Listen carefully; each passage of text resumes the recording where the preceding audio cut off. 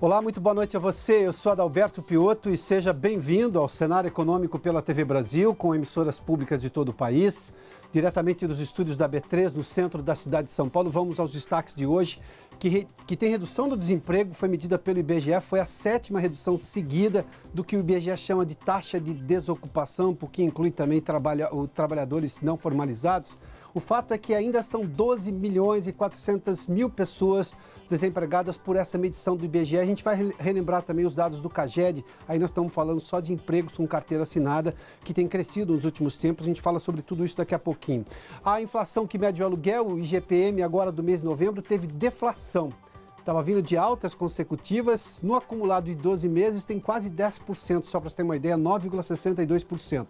A gente fala desse assunto também, o Banco Central fez uma nova intervenção no mercado de dólar hoje.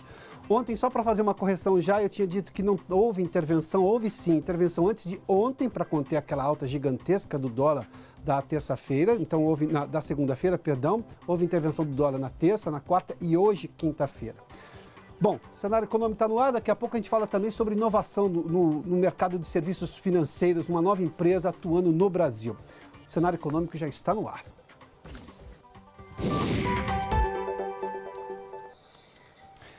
A taxa de desocupação medida pelo IBGE, que é a forma como o IBGE fala sobre desemprego, teve uma nova redução, foi a 7ª redução seguida, o que demonstra, por este lado, uma recuperação do mercado de trabalho e da economia brasileira.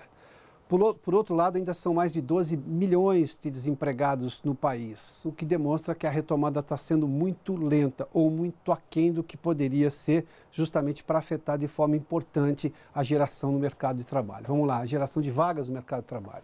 Nós temos os dados que foram divulgados hoje, é da PNAD contínua do IBGE. Se a gente olhar no trimestre terminado no mês de outubro, o índice agora é de 11,7% de desemprego no país. Esse é um índice sempre percentual que é usado no mundo inteiro, né, para entender exatamente perante a população trabalhadora qual é o índice de desemprego. De 11,7%, houve uma queda de 0,6 ponto percentual. A gente dá uma olhadinha no trimestre terminado em julho, era de 12,3%. Aqui está essa diferença de 0,6 ponto percentual. Vamos falar em números absolutos agora. Isso quer dizer aquela taxa de 11,7, né? Perdão, 11,7, exatamente esse o número. São 12 milhões e 300 mil pessoas que estão ainda desempregadas. Houve uma redução de 4%, ou seja, é menos 517 mil pessoas que estavam desempregadas e já não estão, ou seja, essa redução é um número positivo. A população ocupada aumentou 1,4%, chegou a 92,9 milhões de pessoas. Aqui tem um dado que chama atenção. Se eu tenho menos 517 mil pessoas desempregadas, ou seja, que voltaram a ter uma ocupação, como é que eu tive um aumento da população ocupada de 1,4%? Os números não vão ser iguais porque muita gente está entrando no mercado de trabalho agora. E pessoas que estavam completamente desalentadas, que estavam numa outra classificação do IBGE, que permaneceu estável nessa última medida, gente que não procurava mais emprego, voltou ao mercado de trabalho. Portanto, eu tive uma geração maior, uma ocupação maior de pessoas. Além da redução do número de desempregados, eu tive mais gente entrando no mercado de trabalho e encontrando ocupação. O IBGE não faz uma diferenciação entre pessoas que têm carteira assinada e pessoas que não têm carteira assinada. É pessoas que têm alguma ocupação, que trabalham pelo menos um dia da semana. Isso já é uma ocupação para o IBGE. Ou seja, dentro desse número é que são 12 milhões e 300 mil pessoas ainda desempregadas. Para você ter uma ideia, a ocupação que teve um acréscimo de 1,4% e chegou a quase a 93 milhões de pessoas no país, nós estamos falando aqui, é mais 1,2 milhão de pessoas, 1 milhão e 200 mil pessoas que voltaram ao mercado de trabalho, que demonstra claramente que nós estamos tendo sim uma recuperação. O fato é que não está sendo na velocidade e na intensidade que se esperava da economia para ter um impacto muito forte na geração de emprego no mercado de trabalho. Esses são os dados do IBGE. Para você ter uma ideia, eu vou recuperar agora um dado que foi do CAGED do mês de outubro, que nós divulgamos recentemente aqui no Cenário Econômico. E aqui nós estamos falando só de emprego com carteira assinada, que também tem tido altas consecutivas. Em outubro foram 57.733 novos empregos. Aqui é uma soma muito clara entre demissões e novas admissões, ou seja, houve mais admissões do que demissões, mais contratações que demissões. No ano, o acumulado é de quase 800 mil vagas geradas com carteira assinada. Para você ter uma ideia, em outubro teve 57, em setembro tinha sido aquele número bastante alto, expressivo, de 137 mil, em outubro de 2017, 76 mil, mas, ou seja, eu continuo gerando vaga com carteira assinada. Há uma previsão de crescimento muito grande aqui, justamente para esse último trimestre, se a gente pegar os dados de novembro, porque tem contratação temporária e boa parte da contratação temporária é assim também com carteira assinada, justamente por causa do período de Natal, os dados do CAGED. Nos dois dados de desemprego, a gente vê que está reduzindo o desemprego e aumentando a contratação ou a ocupação, como o IBGE chama, sem a necessidade de ter formalização de trabalho, ou no CAGED, que aí sim é carteira assinada com trabalho gerado formalmente no mercado de trabalho do país. Bom, falando de preços e contas a pagar, eu vou mostrar aqui uma outra pesquisa. O IGPM de março, por exemplo, o índice de inflação que mede, o índice usado, na verdade, para reajustar aluguéis, teve deflação agora no mês de novembro. A Flávia Gross conversa conosco no Rio de Janeiro e tem detalhes dessa pesquisa da Fundação Getúlio Vargas. Flávia, boa tarde. Boa noite a todos. Olha, como o nome já diz, esse índice mede o preço geral do mercado. Ele é composto por 3 outros índices, que são preços no atacado, preços ao consumidor e custo da construção. A coleta de preços é feita entre os dias 21 do mês anterior e 20 do mês corrente. Esse cálculo todo é feito pela Fundação Getúlio Vargas, aqui no Rio de Janeiro. Como você falou, Piotr, em novembro, o IGPM registrou queda de 0,49%, após 15 meses seguidos de alta. Entre as classes de despesa que contribuíram para essa redução está o grupo transportes, puxado pela gasolina. Outros itens que contribuíram para a desaceleração dos preços foram eletricidade residencial, roupas e mensalidade de TVs por assinatura. Apesar da retração do IGPM, o índice acumula alta de 8,71% no ano, bem acima da inflação oficial, que deve fechar o ano aí na casa dos 4%. Nos últimos 12 meses, o índice acumula alta de 9,68%. A gente lembra que o IGPM é usado para calcular o reajuste da energia elétrica e também serve aí de referência para o reajuste dos aluguéis de imóveis. Esse é um sinal de que o mercado imobiliário deu uma desaquecida e, segundo especialistas, é um bom momento para os inquilinos negociarem preços mais atrativos com os proprietários. Piotr.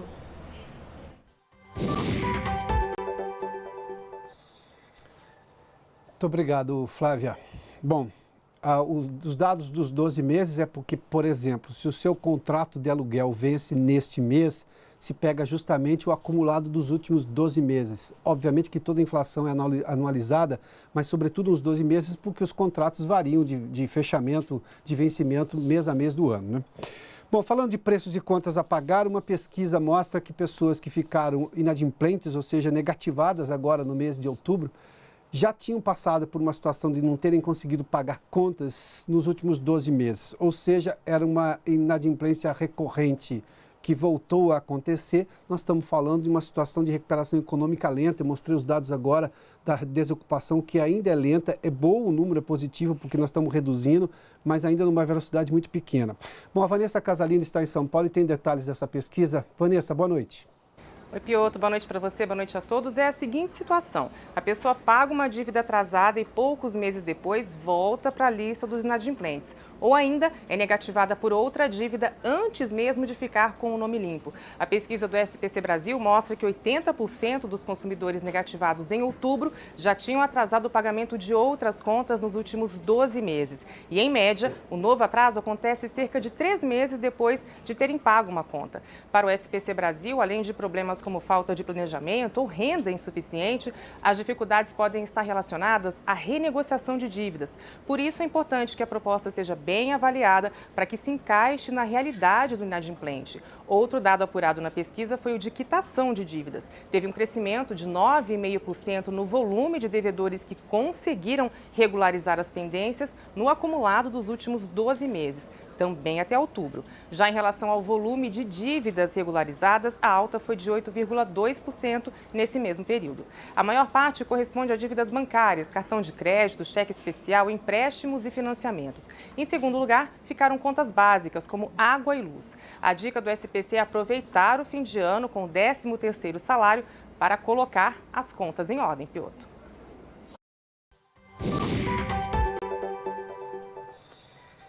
As contas bancárias que têm juros extremamente mais altos do que qualquer média de qualquer outro setor.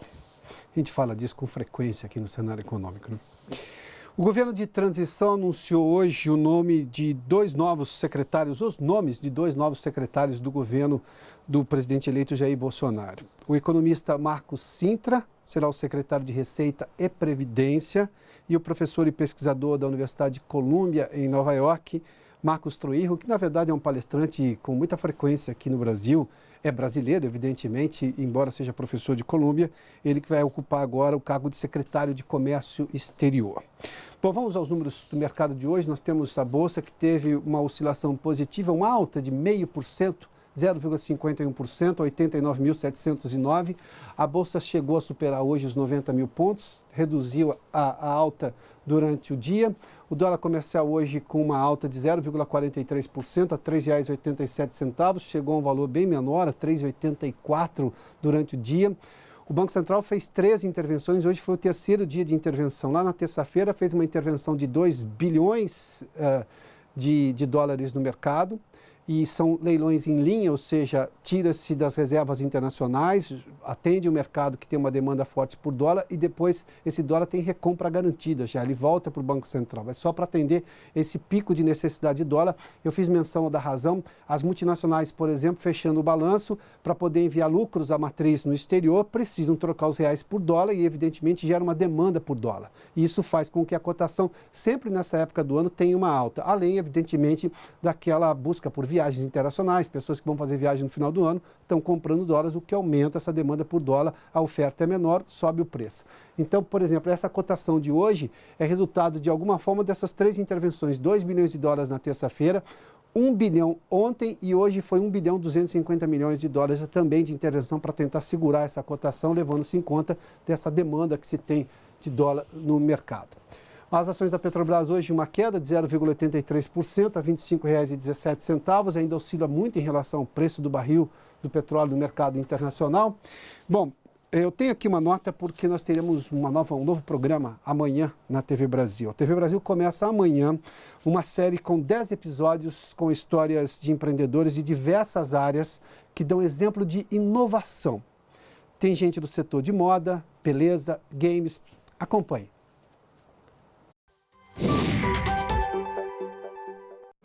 Obrigada, Piotr. Eu estou aqui no Tela, onde eu vim palestrar ontem com o Rafa Cortez e a Marlene Caiucci sobre empreendedorismo e economia criativa, que é justamente do que eu vou falar no programa Cria Economia, que estreia sexta-feira, dia 30/11, aqui na TV Brasil, às 7h30 da manhã.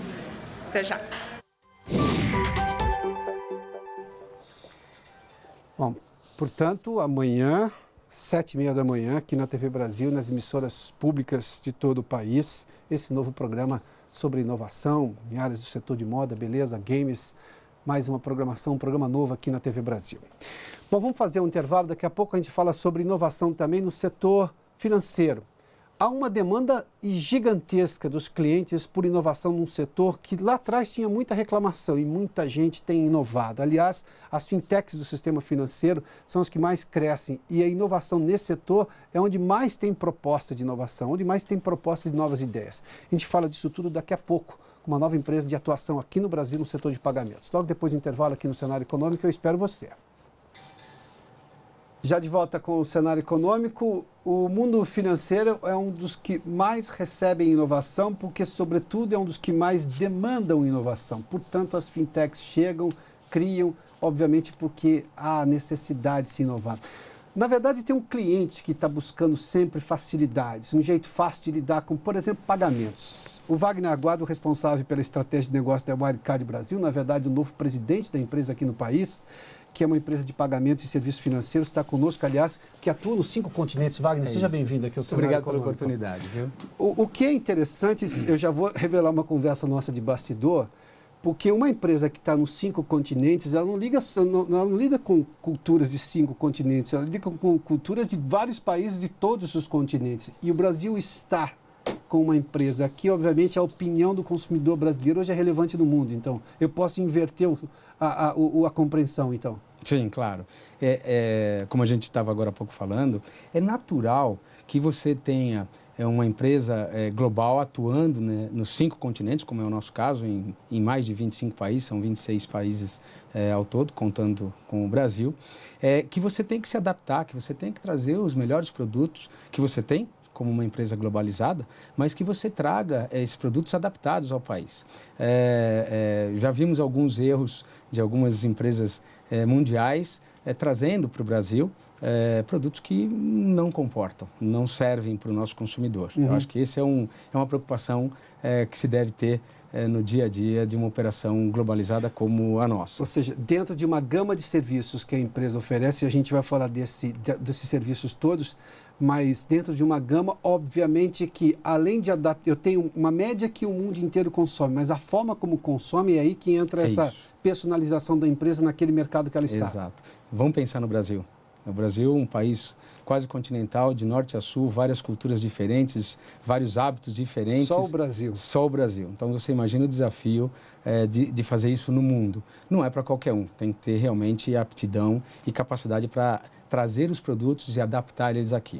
A Wirecard, ela teve uma estratégia de adquirir uma empresa aqui no Brasil. Então, com a aquisição veio a cultura brasileira, veio a adaptação dos produtos já aqui. O que agora a Wirecard a gente tem como desafio no Brasil temos ótimos produtos ao redor do mundo. Por que não, então, trazer esses produtos adaptados para o nosso consumidor e oferecer esses produtos aqui de norte a sul do Brasil? Quais são, dentro dessa gama enorme de serviços que a empresa oferece, quais são os produtos inovadores hoje ou que tem demanda muito grande aqui no Brasil? A empresa opera com o processo de adquirência de cartões, de transações de cartões, tentando simplificar o raciocínio. Além disso, a gente também lançou recentemente um aparato de informações para que o nosso cliente, e hoje, para ficar claro, o nosso cliente hoje é o microempreendedor brasileiro, é o empreendedor brasileiro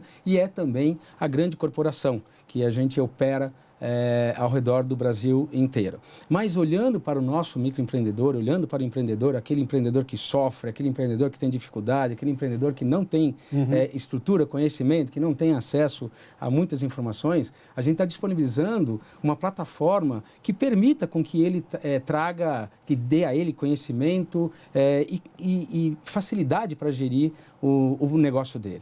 Isso é um outro aspecto que a gente está... A gestão de recebíveis? A gestão de recebível, a gestão do negócio como um todo, ligado ao que ele transacionou com cartão de crédito e, inclusive, a parte terceira desse negócio é a oferta de soluções de banking. O que significa isso? Ele vai conseguir pagar as contas dele, fazer transações deste recebimento que ele teve de cartão de crédito, transferindo dinheiro, pagando uma conta, utilizando isso através de um cartão pré-pago, como se fosse uma conta corrente. O que é uma inovação também quando a gente pensa nesse público desassistido pelo mercado financeiro tradicional. Que é o que a gente chamava até outro dia, na verdade o nome ainda é esse, de desbancarizados. Exatamente. Esse é o desafio. Uma conta, ele tem um pequeno negócio, mas ele não tem uma conta no banco. É aí que a Wirecard atua, então. Exatamente. Eu tive algumas experiências com um microempreendedor no Brasil. E é interessante, por exemplo, eu dou um exemplo... Ouvir sua experiência é interessante porque nós temos muita gente que empreende nesse país com as dificuldades todas, apesar disso, continua empreendendo. E é um desafio. É uma luta diária. Eu conheci a Maria da Coxinha. A Maria da Coxinha, interior do Nordeste, uma mulher que faz coxinha, evidentemente, para vender, vive disso. Uma iguaria brasileira. Exatamente. Você imagina o sacrifício que é para ela fazer a aquisição, comprar matéria-prima, fazer na casa dela, sair para vender e ter que ir num correspondente bancário e não numa agência bancária, pelas dificuldades, para pagar as contas delas e pegar uma fila muito grande. Então, uma lotérica da vida. Uma lotérica da vida. Então, quando você pensa no que a Wirecard está trazendo, está oferecendo, é exatamente simplificar a vida desse empreendedor, trazendo a ele a oportunidade real de dar foco no negócio dele, de ter conhecimento, de ter mais informação, de ajudar ele a gerir e tirar ele de uma fila, de um correspondente bancário e deixar ele trabalhar mais e ganhar mais dinheiro. E qual é a relação disso com um banco formal? Se eu comparar o que a Wirecard faz para esse desbancarizado e dentro das necessidades que ele tem, sobretudo as mais prementes, ele quer comprar, pagar no cartão, receber, fazer transferência, essa coisa toda que você já bem explicou, com um banco convencional, onde é que ele tem essas vantagens todas? Bom, primeiro, a simplificação. O mundo digital traz a simplificação, traz a velocidade e é interessante porque a gente normalmente pensa que mundo digital, tecnologia, não é para todo mundo. Hoje em dia, na Wirecard, nós temos um grupo de profissionais, e é interessante te contar isso, gente que pensa no cliente, gente que vive a dor do cliente.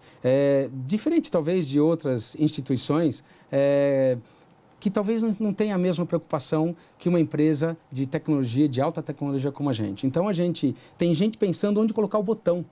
Para que o aplicativo seja mais fácil, para que a Maria da Coxinha, o João da Banana, consiga operar de uma maneira intuitiva. Então, claro. Isso absolutamente traz muito valor, com um custo muito menor, com uma facilidade, uma agilidade e uma simplicidade para esse público que precisa de apoio e que é desassistido pelo mecanismo tradicional do mercado financeiro. Wagner, você está nesse mercado há muito tempo. Me conta, nós estamos com uma nova realidade no país, tivemos um ano turbulento, convenhamos, o período eleitoral é assim, esse foi um pouco mais do que se esperava, enfim. Mas eu tenho hoje um otimismo de boa parte das pessoas, porque, obviamente, isso é natural no mundo inteiro, no Brasil um pouco mais, de se imaginar o futuro melhor do que o presente. Até porque eu costumo dizer, e se repito com frequência aqui, no Brasil nós temos não só demanda reprimida por poder aquisitivo, nós temos demanda reprimida por dar certo. Ninguém quer andar mais do lado. É verdade. As pessoas querem que as coisas deem certo. A empresa está chegando agora porque supõe ver no Brasil uma oportunidade de negócios. Qual é a expectativa da empresa em relação agora a destravamento de negócios, facilitador do ponto de vista de instituições governamentais de facilitar negócios no país? Qual é a perspectiva que vocês têm? Bom, sua pergunta é muito boa e muito importante.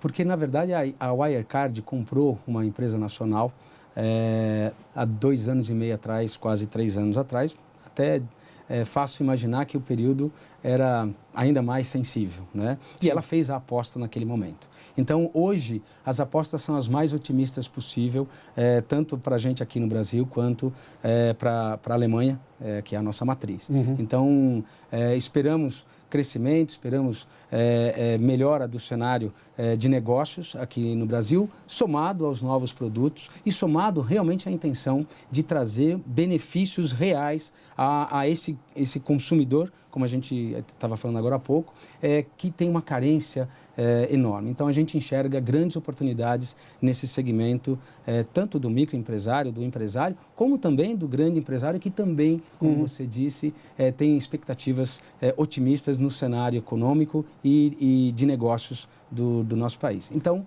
em resumo, são as melhores expectativas possíveis para esse ano de 2019. Desafios sempre existem. Eu vi um discurso seu num evento da empresa e você falava que encontrou uma equipe de gente jovem, conectada, que não estava pensando no problema e pensando na solução. Aliás, é uma coisa que eu vejo com muita frequência, quando eu vejo jovens aqui de fintechs, de empresas novas, empreendedoras, eles não querem discutir o problema, eles querem discutir a solução. Então não se perde muito tempo lamentando. É isso mesmo. Eu vi os jovens que vêm aqui, eles estão, não, vamos discutir a solução, porque eu estou querendo resolver o meu problema, vamos andar para a coisa. É isso que você tem visto também? Ah, sem dúvida nenhuma. Que isso é ótimo, né? É ótimo. É uma mudança de mentalidade, é uma mudança de comportamento, né? Aquele dia eu te contei, né? E só fazendo voltando um pouquinho, né? Eu trabalhei a minha vida no mercado financeiro em grandes instituições brasileiras. E em determinado momento eu achei que eu deveria ir para o mundo fintech, passei 2 anos e meio nesse segmento, nesse mundo fintech, respirando, me reciclando, oxigenando os pensamentos que a gente acha que está certo a vida inteira. Os desafios foram enormes. Eu sofri até para entender algumas coisas que essas pessoas mais jovens trazem na cultura. Na Wirecard, eu encontrei exatamente um clima positivo de fazer bem feito, de atender e entender as dores dos nossos clientes. Wagner, boa sorte. Muito obrigado. Agradeço a oportunidade, viu? Wagner Aguado conversou conosco da Wirecard aqui sobre inovação e, evidentemente, a expectativa no Brasil nesse novo momento que o país vive. O Cenário Econômico termina aqui. Obrigado pela sua companhia, pela sua audiência. Boa noite a você. Amanhã, sexta, a gente está de volta às 7 da noite. Até lá.